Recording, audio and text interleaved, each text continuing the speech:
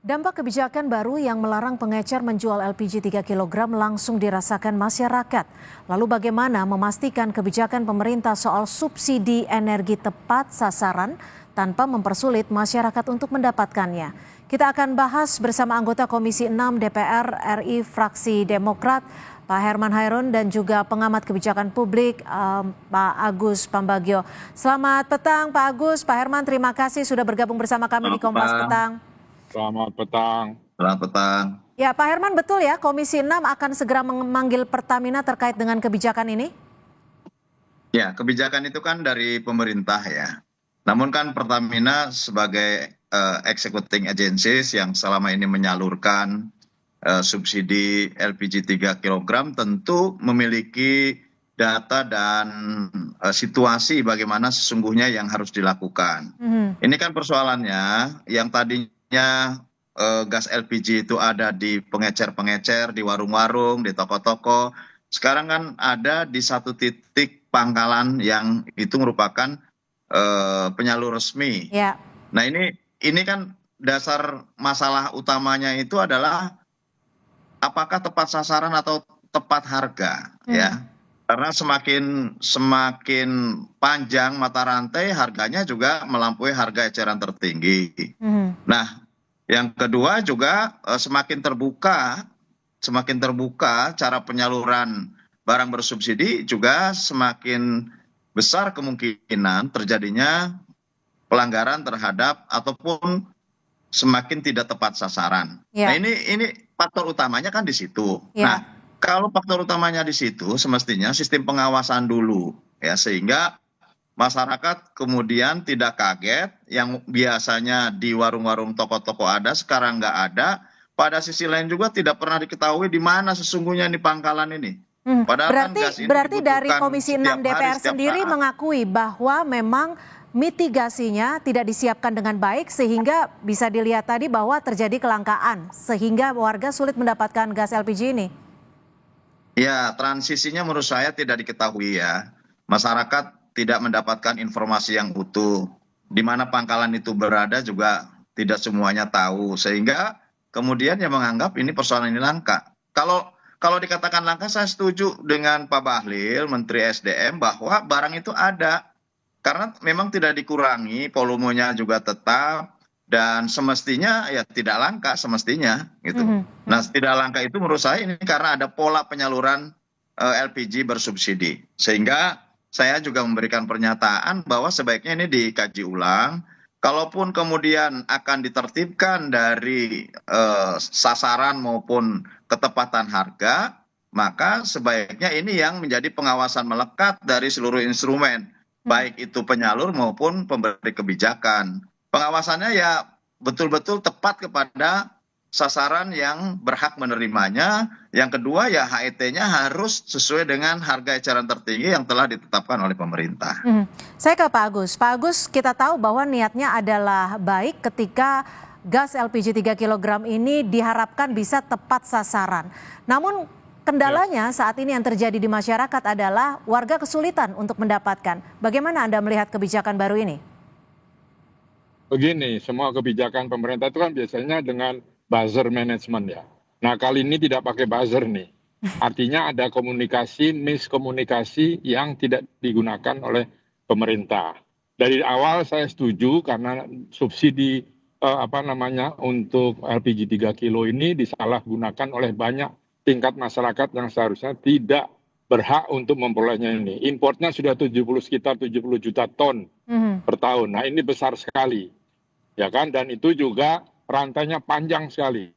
Di kita sulitnya untuk mengontrol harga, tadi oleh Pak Ketua Komisi sudah sampaikan, sulit sekali mengontrol HET itu. Memang HET itu di tingkat bukan di pengecer, sementara pengecer kita bisa sampai rantai paling bawah. Nah, ini yang memang harus ditertibkan. Di sini ada persoalan komunikasinya saja. Ya, saya sih setuju bahwa subsidi harus tepat ya, tapi komunikasinya maksudnya kan kita punya digital banyak ya. Cobalah petakan di wilayah timur, pusat, wilayah mana saja seluruh Indonesia, pusatnya ada di mana. Terus buka jam berapa, bagaimana mekanismenya untuk memperolehnya. apakah digilir per kecamatan misalnya atau apa, itu semua harus secara detail disampaikan. Kan bisa menggunakan digital media sosial dan sebagainya. Urusan politik saja bisa pakai buzzer, mengapa ini tidak pakai buzzer? Gitulah kurang Jadi lebih. justru saat dibutuhkan buzzernya tidak bisa memberikan sosialisasi kepada masyarakat. Tapi gini Kurang Pak lebih Agus, begitu.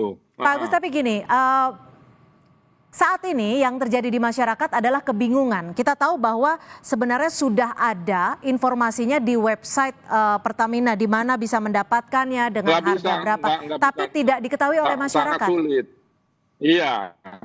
Iya, itu yang maksud saya, sampai masyarakat terbawah yang harusnya menjadi konsumen, itu harus diberikan dengan baik. Kalau sekarang nggak bisa, tiba-tiba tanggal 1, orang bingung ngantri kan, di mana itu, lari kiri kanan. Kan nggak betul kebijakan seperti itu. Sampaikanlah di sekitar misalnya Januari kemarin akan ini, memang sudah disampaikan, tapi kan tidak merata. Tingkat masyarakat yang konsumen LPG 3 kilo itu tidak tahu. Nah, sekarang kan harus pakai KTP, ambilnya dan sebagainya. Tolong diawasi juga, jangan-jangan nanti pembantu rumah tangganya yang ngambil pakai KTP-nya. Nah, itu kan juga nanti dilanggar lagi subsidi ini. Nah, detail untuk tadi saya juga sempat bicara dengan Pak Menteri. Tolong siapkan mitigasinya dengan baik. Karena mitigasi ini menjadi penting. Tapi sebelum mitigasi, komunikasinya harus baik. Orang nggak tahu kok ini belinya di mana gitu. Oke, Pak Herman, besok nanti ketika akan memanggil Pertamina dan mengkaji kembali kebijakan ini, saran apa yang akan disampaikan oleh DPR? Ya, pertama tentu kita jangan serta-merta kemudian memutus mata rantai pemasarannya. Artinya bahwa kalau sampai saat ini masih menggunakan toko ataupun warung, menurut saya ya masih beri kesempatan. Sambil secara bertahap tentu melibatkan pengawasan dari seluruh agen dan pengecer.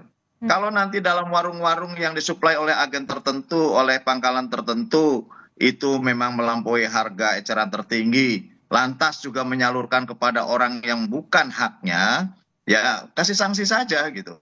Kan sebetulnya mudah gitu. Pertamina kan punya data. Pertamina punya data siapa saja agen, siapa saja pengecer, di mana saja pangkalan. Nah, dipersyaratkan silakan Anda menggunakan pemasaran bertingkat melalui warung, melalui toko, tetapi Anda juga harus tertib dan patuh terhadap aturan-aturan pemerintah. Sehingga ketika harus tepat sasaran, ya Anda harus tepat sasaran. Dengan cara apapun marketing, Anda yang bertanggung jawab harus tepat sasaran. Bagaimanapun juga pemerintah memberikan subsidi ini adalah untuk meringankan beban masyarakat. Ya harus harganya ya harga yang telah ditetapkan oleh pemerintah. Nah, kalau melampaui ataupun melanggar terhadap dua persoalan itu sudah salah sasaran dan kemudian harga juga melampaui harga eceran tertinggi yang telah ditetapkan, ya Pertamina harus segera cabut gitu. Karena ya secara operasional Pertamina lah yang mengerti dan tahu. Nah, kalaupun kemudian memang pemerintah mengambil kebijakan untuk sampai kepada pangkalan sebagai pensuplai untuk LPG 3 kg atau gas melon, ya dilakukan secara bertahap lah ya. Mana saja yang harus dihapus, yang terlalu dekat dulu dengan pangkalan ya diberhentikan dulu. Yang agak jauh yang selama ini membantu masyarakat mendistribusikan, menyediakan gas lebih dekat kepada masyarakat, ditertibkan dari sisi ketepatan sasaran dan harganya. Saya kira itu yang lebih penting gitu ya. Pak Agus, idealnya mata rantai penyaluran gas LPG 3 kg ini agar tepat sasaran tapi juga tidak merepotkan dan menyulitkan masyarakat yang berhak mendapat, idealnya harus seperti apa mata rantai penyalurannya? Begini, di Republik ini kan yang paling utama dilanggar adalah tata ruang. Dan ini lalu berdampak kemana-mana, termasuk ke sistem retail. Nah, kalau HET BBM kan adanya di pom bensin, SPBU. Ya kan, ini juga sama. Dulu itu kalau beli LPG di SPBU. Nah, kemudian itu diteruskan pengecer. Ini yang mesti dibahas sekarang. Harga HET-nya itu harga di pangkalan. Pangkalannya itu di mana? Tadi saya sudah jelaskan yang di pertanyaan pertama. Artinya sekarang ini pastikan sampai di titik mana pembeliannya itu. Kecamatankah, kelurahankah, atau di mana? Atau di SPBU. Supaya jelas itu tempatnya, tapi jangan sampai ke dekat rumah lah. Selain itu kan berbahaya ya secara keamanan dan sebagainya, tentu juga perlu diperhatikan. Nah selama ini pengecaran LPG itu sampai ke sangat di tetangga sebelah rumah pun bisa. Itu sebetulnya yang harus ditata. Nah tapi pastikan harga HET itu sama di seluruh Indonesia. Kalau itu nanti urusan Pertamina bagaimana harga diskonnya untuk mereka, gitulah kurang lebih. Ini bukan hal yang sulit tapi menjadi sulit karena banyak penikmat, banyak rentenir yang ikutan di situ. Itu yang jadi persoalan. Ya, tapi singkat saja untuk melihat ataupun memperbaiki kondisi yang saat ini yang bisa dikatakan sudah sangat menyulitkan masyarakat, apa yang harus dilakukan saat ini? Apakah ditunda terlebih dahulu atau seperti apa? Ditunda oke, tapi mitigasinya jelas. Tadi yang kita sampaikan, tadi Pak Herman juga sampaikan. Ditunda boleh jangan terlalu lama karena ini biaya untuk subsidinya besar sekali. Pastikan dalam sebulan masyarakat paham. Tinggal pakai media sosial banyak. Dari titik-titik itu tentukan di mana mau diambil. Pengumpulannya di mana?